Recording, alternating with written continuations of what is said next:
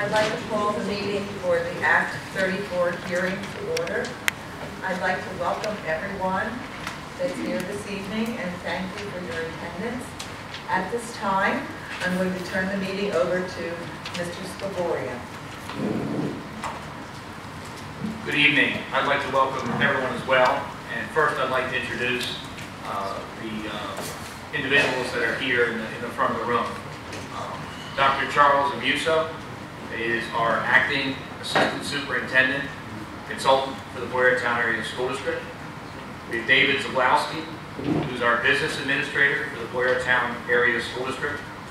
We have Jeff Sultanic, who is our solicitor for Boyertown. Steve Ketch, who is our human resources administrator. We have Mark Barnhart from EI Associates, and Brad Remy from Public Financial Management. And I'd like next to turn it over to Mr. Sultanic. Thank you, Mr. Scaboria. We are here this evening to conduct a proceeding in accordance with Act 34 of the Pennsylvania Legislature, which is part of the Public School Code of 1949. The purpose of this hearing is to give the public an opportunity to present testimony to the school board so that the school board will have an opportunity to consider your comments when it ultimately votes on either approving or not approving what is known as Plan Con D. It sounds like some type of federal government military type of action, but it isn't. Plan Con procedures were originally adopted after actually the construction of the Twin Valley High School because of the costs of that particular project and the fact that that community never shared information with the community. The Pennsylvania Legislature has created a detailed regulatory procedure that if a school district wants to get reimbursement from the state, that it needs to follow this procedure, provide the public a full and fair opportunity to share their comments about the proposed project after getting some information regarding the same. And that is what this procedure is, and eventually the school board is going to be voting on whether or not to submit this particular project for approval to the Commonwealth of Pennsylvania Department of Education. So in summary, in 1973, the General Assembly did amend the Public School Code to provide for Act 34, which is now in Section 707.1 of the School Code. The major purpose of the Act was informational, to ensure that no major school construction project is undertaken without making certain facts and details of a project known to the public. To this end, specifically, when a school district plans to build a new school building or to expand an existing building by more than 20% of its architectural space, the school district must approve and publish maximum building construction and project costs, conduct a public hearing in the format of a legislative hearing, that's what today is, upon 20 days notice, and provide a printed informational booklet detailing the need, plan, costs, and other features of the project at least 20 days in advance of the hearing. That particular project booklet has been shared with the media, and I believe that there are sufficient copies of that plan booklet here. I believe 150 copies were made in advance of today's hearing, and I do see some booklets still left on the table. Included within this informational booklet at page 3 is the form of public notice, which appeared in the newspaper on Friday, March 15, 2013, as demonstrated by the proofs of publication, which are returns from the newspaper verifying that that this particular hearing was properly advertised in the newspapers. This booklet was released to the news media and made available for inspection at the administration's office beginning Friday, March 13, 2013. And I am now requesting specifically that the proofs of publication that we have received, and I'm going to detail them for the record right now, will be made part of the record. There's a proof of publication that we have from the Reading Eagle, and the Reading Eagle has verified that on March 15th, it advertised the notice of public hearing in accordance with Act 34 of 1973. And here is a copy of the proof of publication. We also have a proof of publication dated March 15, 2013 from the Mercury, which also indicates that it was properly published in the newspaper. And I am requesting that the stenographer mark these as exhibits to the transcript, exhibits A and B respectively.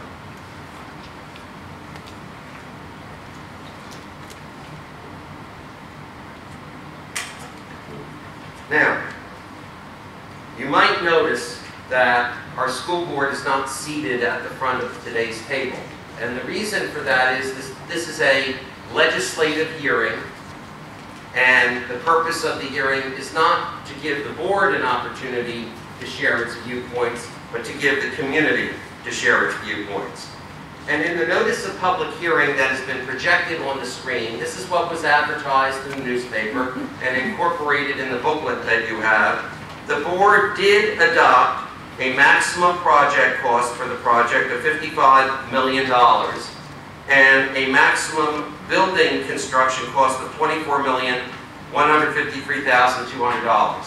We're going to hear a little bit more about those costs in a few minutes in the presentation. Now, in terms of the procedures for public comment tonight, I want to at least mention briefly what those procedures are. And before we get into the public comment period, I'll remind you what those particular procedures are. And unlike our typical school board meetings, there are other opportunities that go beyond this particular hearing for you to submit evidence for consideration by the school board. First of all, we allow any individuals to contact the Office of the Superintendent during regular business hours from March 15th through 12 noon on April 8th for the purpose of being placed on the agenda to provide oral testimony. And in this orange folder, I do have those people who have registered to speak this evening, and they will be called first by me when we get to the public comment section because they pre-registered their opportunity to speak. Everyone will be limited to a period of 3 minutes. If an individual wants to speak more than 3 minutes, he or she will be given the chance to return to the podium after all others who wish to speak have had one chance. Additional sign-in sheets will be available at the time of the hearing, and we do have some additional sign-ins, and Mr. Katz will provide that to me when we get to the public comment section of the proceeding. We will also take written testimony. If you're shy about public speaking, you don't want to wait for this hearing to be concluded, you can submit letters of written testimony to David Zablowski, who is the Secretary of the Board of School Directors, at the administrative offices until 12 noon on Friday, May 10, 2013. The written testimony shall include your name and address, your identification as a district resident or district employee, the name of your specific project concern, and a description of your support or objection to the project. Certainly, to be of most benefit to the board, and this comment applies to anybody who speaks, a statement of objection should be followed by a viable alternative solution.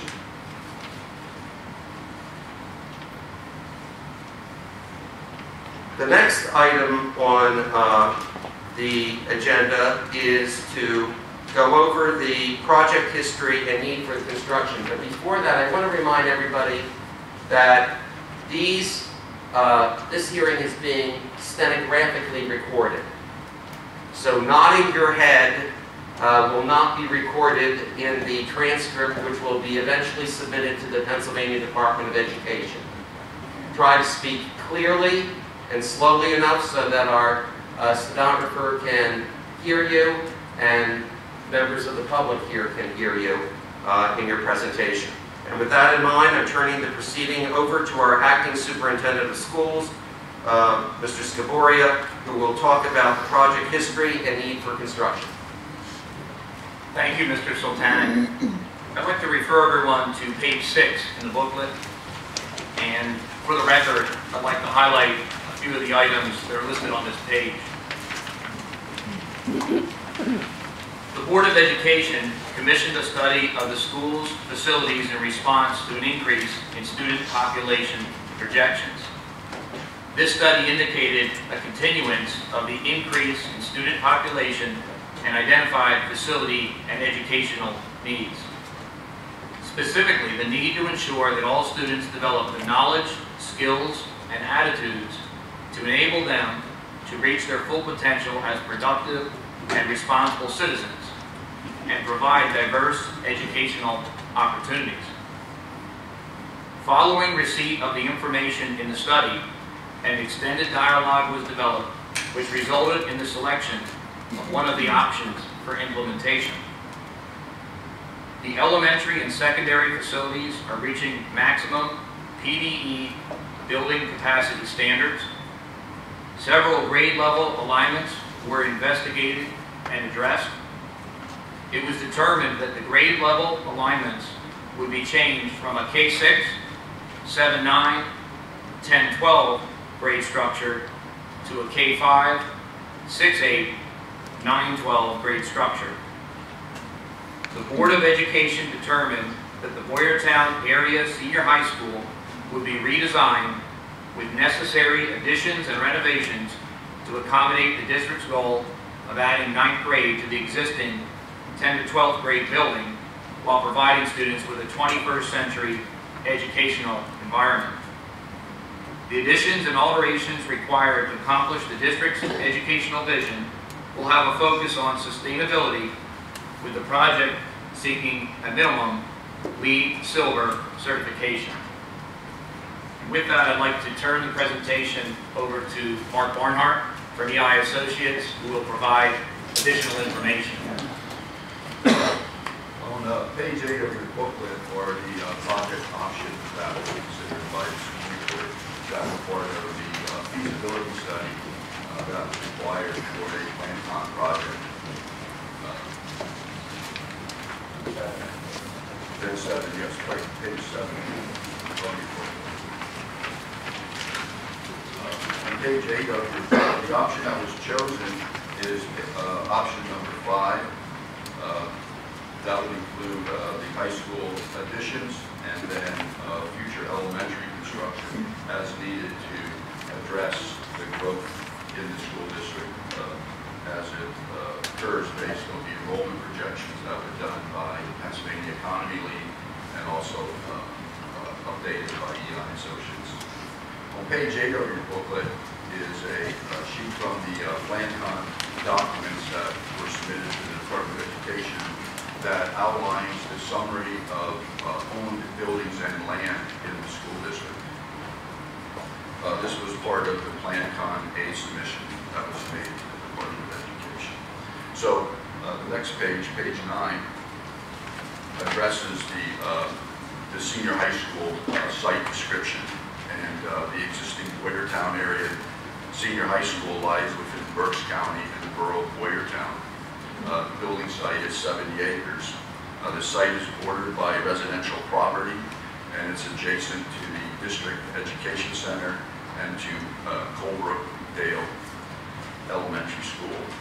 The site work that's part of the project includes improvements to paved areas, parking areas, and walkways. Alterations and additions to the existing Boyertown area senior high school will incorporate elements that are sensitive to the facility's current architecture and to the site's existing contours. This will reduce the impact and disturbance to the site and will comply with the municipal land development ordinance. The site improvements will include improvements to paved areas, parking areas, and walkways in order to keep pedestrians and vehicular circulation separate. A bus drop-off loop and parent drop-off area will be located on opposite sides of the building, both having direct access to new secure building entrances. The site improvements will also include increased parking spaces on the site. The new building additions that are planned for the building will primarily be two-story additions to reduce the impact on the site. The school's exterior will incorporate masonry and architectural panels that will be sympathetic to the original building's facade while giving it a new presence on the site. The facade of the new additions will reflect the original building's character and heritage in material and fenestration, and it will be designed to meet a LEED Silver certification.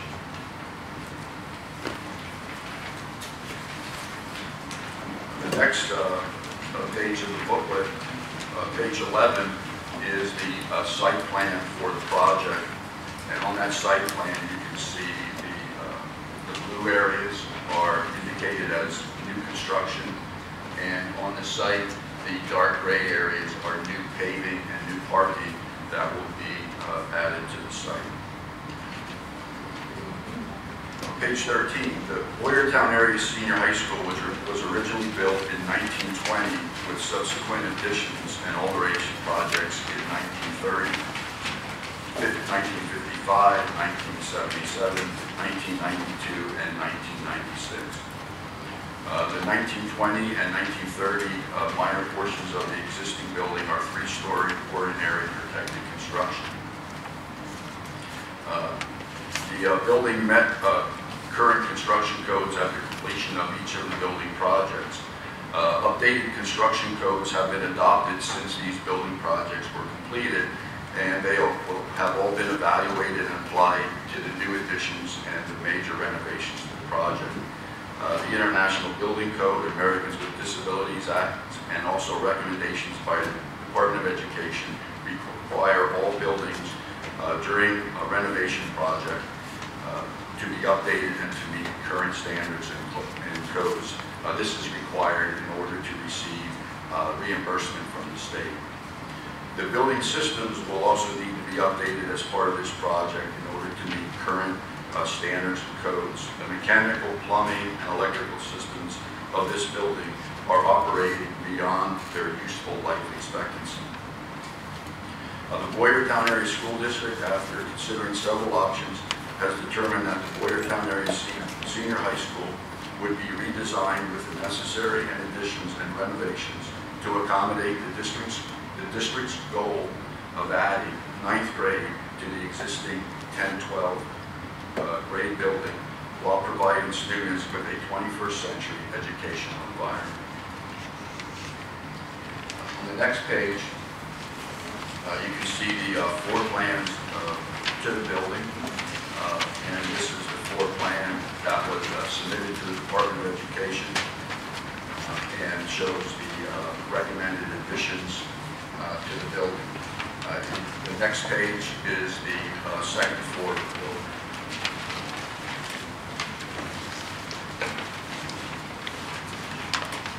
We then have included in the booklet a room list that shows the spaces that are planned to be in the building. The room list is color-coded, reflecting the different areas of the building.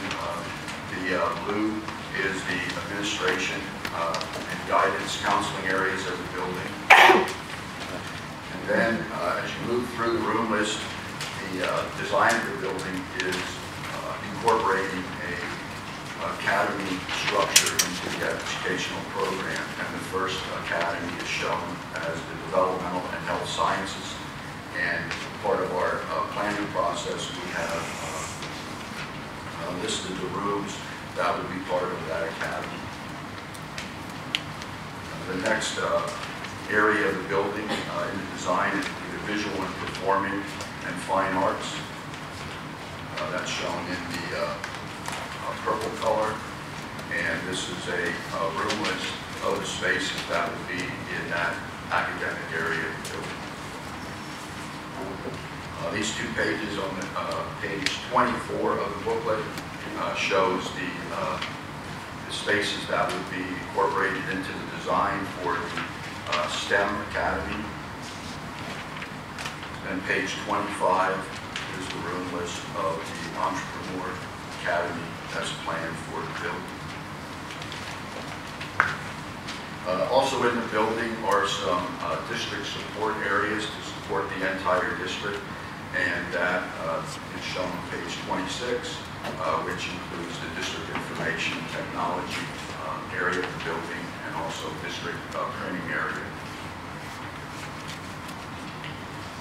So page 27 is showing the project costs for the project. These project costs are broken down into this PlanCon document. This is PlanCon D forms. They're required to be broken down under general construction, which you can see the costs under new and existing for general construction, with a total general construction of $21,473,000. Heating and ventilation costs are estimated at $12,626,000. Plumbing is estimated to be $3,837,000, and the electric costs are estimated to be $7,020,000, for a subtotal construction cost of $44,956,000. In addition to that, we're showing the other costs that are associated with the building project, including fees, equipment, and site costs. So the total structure costs under F on the PlanCon document is $49,706,300. In addition to that, on page 28 of the booklet, there's also associated additional construction-related costs associated with the project, and they're listed on this page of the document, bringing the total cost of the project to the $55 million that was stated earlier. On page 29, part of the Act 34 costs, the Act 34 cost deletes the site costs from the Act 34 number. So in order to get that cost, we had to detail the site costs as part of this Act 34 booklet, and they're indicated on page 29. And the total site costs for the project are listed at number 1 through 7 for a total of $3,605,000. In addition to that, there's some costs for construction insurance, builder's risk, and the architect's fee on site development. Roof costs and roof repairs are also removed from the Act 34 cost and are listed also on this page. So on page 30, this is the, as was mentioned earlier, the Act 34 of 1973 maximum building construction cost. This is for new buildings and substantial addition only. So we're required to put this calculation into this hearing and to provide this as part of the transcript. So as was stated earlier, the Act 34 only applies to costs for new construction. The legal requirements do not address the cost for alterations and additions to existing structures. For this reason, costs associated with the existing structure and other related costs are not included in the Act 34 calculations. So under line A for the structure costs, architect's fees, movable fixtures and equipment, you can see the figure listed there is $27,303,400. We have the excludable costs that are deleted from the Act 34 costs. So as part of this hearing, the Act 34 maximum building construction cost for this project is $24,153,200. The maximum that the Act 34 allows on this project, we're allowed to be 1.08% of the Act 34 cost, and the maximum for new is $26,085,456. So in order to come up with the Act 34 capacity and the number of for the project under the guidelines, we have to create a room list under the Act 34 guidelines, which is created on page 31.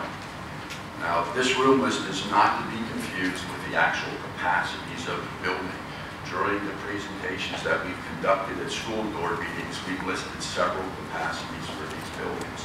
This is an Act 34 capacity, but does not reflect the true use of the building from an educational standpoint. We also have presented plan comp capacities in meetings, and we presented the actual capacities. This capacity is strictly for this hearing and for the Act 34 guidelines. Turn to the next page. You can see as we go down through the room list on page 32, under the Act 34 guidelines, the secondary capacity of this building is listed at the bottom with a building total of 4,467. We go through the fractions based on the Act 34 capacity, utilization factor, and the Act 34 secondary capacity is 1,301. So from that number, what we're going to do is calculate the actual Act 34 aggregate building expenditure standard as part of this hearing, and that occurs on page 33. And you can see, based on the Act 34 capacity of the building expenditure standards for grades 7 to 9 is $7,621,900, and for 10 to 12 is $28,340,112, which gives us the aggregate building expenditure standard of $35,962,012. And as I stated before, our Act 34 maximum building construction cost on line D20, on page D20, line C, was $24,153,200, and that indicates that this project is within the limits of the Act 34 of 1973. Thank you very much. Before we get to the next section, I want to add some additional items to the record that were submitted to us. As Exhibit C, we got comments from John S. Vasco of Pottstown, Pennsylvania, as well as Clyde Mack of Boyertown. And I'm going to have this delivered to our stenographer as Exhibits C and D, respectively, and Exhibit E will be the binder that was the subject matter of this hearing. So all of those will be appended as exhibits to the transcript. The next order of business is to, we've heard what this project will cost. The next aspect is, how do we pay for it? And we have secured the services of Mr. Reming from Public Financial Management, who is the district's financial consultant, and he will explain the options and the recommendations of what the district will do in order to pay for the project as presented. Mr. Reming. Thank you, Mr. Sultanic. Again, I'm Brad Remy with Public Financial Management. I work as the consultant to the school district. I'm not a lender per se that gives a loan. I work and represent the district and all of you in terms of trying to secure the money for the project at the lowest cost possible. So that's ultimately my goal. When talking with the administration about how to finance the project, we looked at financial statements and things of the like, and it didn't appear that there's enough cash in the bank to pay for it. So we're going to have to do some type of long-term financing, much like individuals do when they buy their home. We have to do some type of long-term financing. The one nice thing is we have the benefit of financing these projects as a school district in the tax-exempt market. So we get a little bit of better interest rate than individuals or corporations. So that's one nice advantage that we're afforded at this point in time. So as part of the booklet, we did a couple different analyses, and as you'll probably have noticed so far, there's certain formats and information that are standard that we need to share with the public, and I'll get to some other comments later. But the basic way that we looked at long-term financing the project was as a general obligation bond. That is, the school district issues the bonds and puts their full faith and credit to repay them. We can go through a local authority, we can go through a state public school building authority, and what we did in the booklet on page number 35 is we basically ran a quick analysis to look at the different interest rates and costs associated with those three long-term financing methods. And you'll notice under each listing, general obligation, local authority, and SPSBA, that stands for the State Public School Building Authority. That's a state authority that you can utilize to issue long-term debt for projects. And those are listed there on on those columns. Obviously, if you can look under the bond issue size and the average annual payment, the general obligation bond seems to be the best option for the school district. Again, please know that we're going to structure the financing as I get further into this a little bit different. We're certainly not going to necessarily use this type of a 20-year structure. We're going to look at some other ideas to keep the cost down. But basically, for the purpose of this analysis, we came to the conclusion that if we're going to do a long-term financing, a general obligation bond issue seemed to be the most cost-effective way to do it. On the bottom of page 35, there are some footnotes that I've put on the far left, and there's some other things, as I mentioned before, that we're going to consider. The first is what's called the wraparound structure. And the way a wraparound structure, and I'll get to an illustration shortly, but what it helps do is time the payments on the new bonds as other debt gets paid off. And I'll go through some of those illustrations for you in just a moment.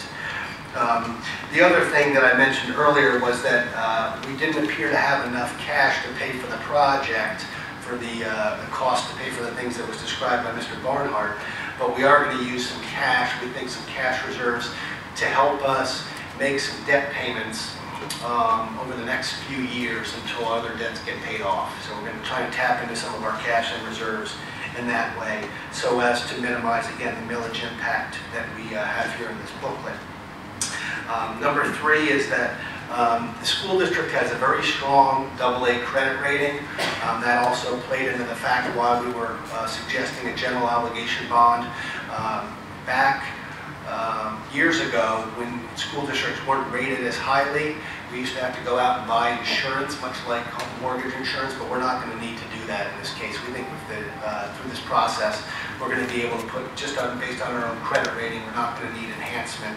And that, we think, is going to be a good thing and save some money in terms of the financing costs.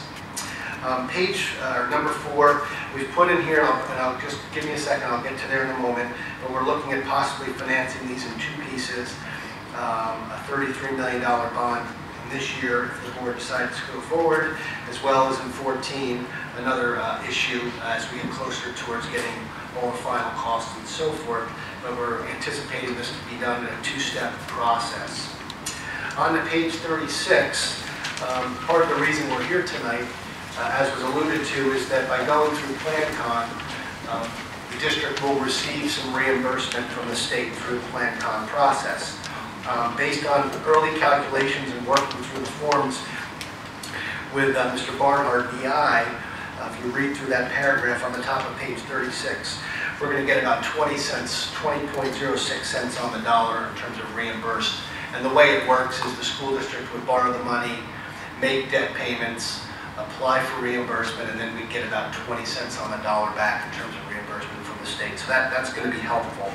So what I'd like to do here is I'm going to go briefly to pages 37 and 38 and give you a brief education on what a debt service schedule is. Some of you may have seen these before, but I want to kind of step through how some of these numbers come up.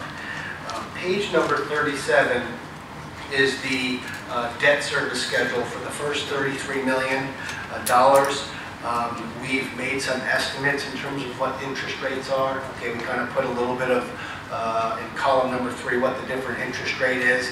I always like to caution the board, the administration, and the public that in column number 3, this is not a climbing interest rate or an adjustable rate where the rate goes up. The way bonds are sold is each piece of it shown in column 2, there's a different part of it sold to different investors. So an investor that's willing to lock up his or her money in 5 years, they get one interest rate, which is typically lower than an investor that goes longer and buys a 20 or 30-year bond. Okay, so these are all fixed rate of interests on column 3. I wanted to make sure I pointed that out. When you start looking at principal and interest on this $33 million bond, if you get to column number 6, those would be the proposed payments, okay, the principal and interest payments on the bond. Column 7, and for those of you with a booklet, hopefully it's in red there, you'll notice that there are some numbers that are negative, meaning that's the state aid that we're going to get, so it'll be a deduction from the payment, so we'll actually get that money back. So at the end of the day, in column 8, the payment that's going to need to be funded by the district's budget is in column number 8. You see that? It says proposed local effort. What we've tried to do here is line those payments up with column 9. Those are the existing payments that the school district has for outstanding debt. And you'll notice that after the next 2 or 3 years, things start dropping down and things start getting paid off. So we're going to time some of the payments on the new financing to occur as other debts get paid off. And that's one way it's going to help us keep the budget or millage impact down. Okay? So for your math on this page, column 8 plus column 9 equals column 10. Okay? As I mentioned earlier, for the purposes of Act 34, we need to show you what the budget impact would be if we just simply if the board decided simply to raise taxes to pay for the debt. That's in column 11. And the impact of the increase in the debt payment from the current level of about 4.6 or so million to go to the 5.5, that would be about 0.38 mils for the first step of the financing. Okay? I just wanted to give you a brief review of what this schedule says. Page number 38 would be the second financing, and this is illustrated as occurring in 2014. And what this would do is now, like I mentioned before, column number 8, if you just kind of scoot across to the right, column 8 is the net payment to the district's budget. Column 9 is the existing payments at which the school district has. Again, that's the old bonds before anything happened, plus 2013. So now we've incorporated the 2013 proposed bond issue in column 9, resulting in column 10 to add as the totals. You will notice that for this financing, in terms of structuring the payments, that's an additional 0.16 mils, which is 0.54. And I do want to kind of bring your attention before I skip back to my page 36, is that you'll notice in column 10 here, the payments are a little bit higher than the subsequent years. Do you see how it kind of drops down in the future? So what we're going to plan to do or look to do, as I mentioned earlier, is use some of these cash reserves to get us through that period of time, okay? To help us through those debt payments until the debt drops down and the payments drop down. So the game plan is to not go to the millage numbers that are illustrated in this booklet. Again, for the Act 34 hearing, we need to show you what the maximum could be, but the plan is not to go up the aggregate of, 0.54 mils for the debt service related to the $55 million borrowing. The game plan is, at this point in time, and as these things will evolve, is to go about 0.1 beginning in the 13-14 budget, 0.1 in 14-15, and 0.1 in 15-16, about 0.3 mils and then the balance would be subsidized by using our cash reserves. So that's the game plan. So we won't need to have as high of an impact as shown here in the booklet as required by Act 34. So going back to page 36, if you will, to close out the financing section, the indirect costs are listed there as well. The administration has identified or estimated some potential costs related to the building project, of which I should just basically say that in my discussions with the administration that the projected increased enrollment is going to result in needing potentially more people, more custodians, more professionals, and things that are listed here on page 36. The construction in itself obviously is a result of the projected increased enrollment. So we have listed this here as part of the booklet so that it's properly disclosed and estimated that a lot of these indirect costs to the budget, personnel, custodian, and things of the like are disclosed to the public, although they're not necessarily directly attributed to the construction, they're more attributed to the increased enrollment that the district is expected to see. Going to the very bottom of page 36, for the purposes of the booklet, the total millage impact between the indirect costs and the bonds or debt service totals there 0.78 mils. Again, we are hoping that through our plan on how to phase the debt payments in, that will not be that high, about $0.25 mil less than that to help us get through some of these next couple of years until some of our debt gets paid down. So with that, we turn to Sophia. Thank you, Mr. Remick. That concludes the district's presentation prior to public comment, other than the resolution which appears on page 39 of the booklet, which was the board resolution that was adopted scheduling this particular public hearing dated March 12, 2013.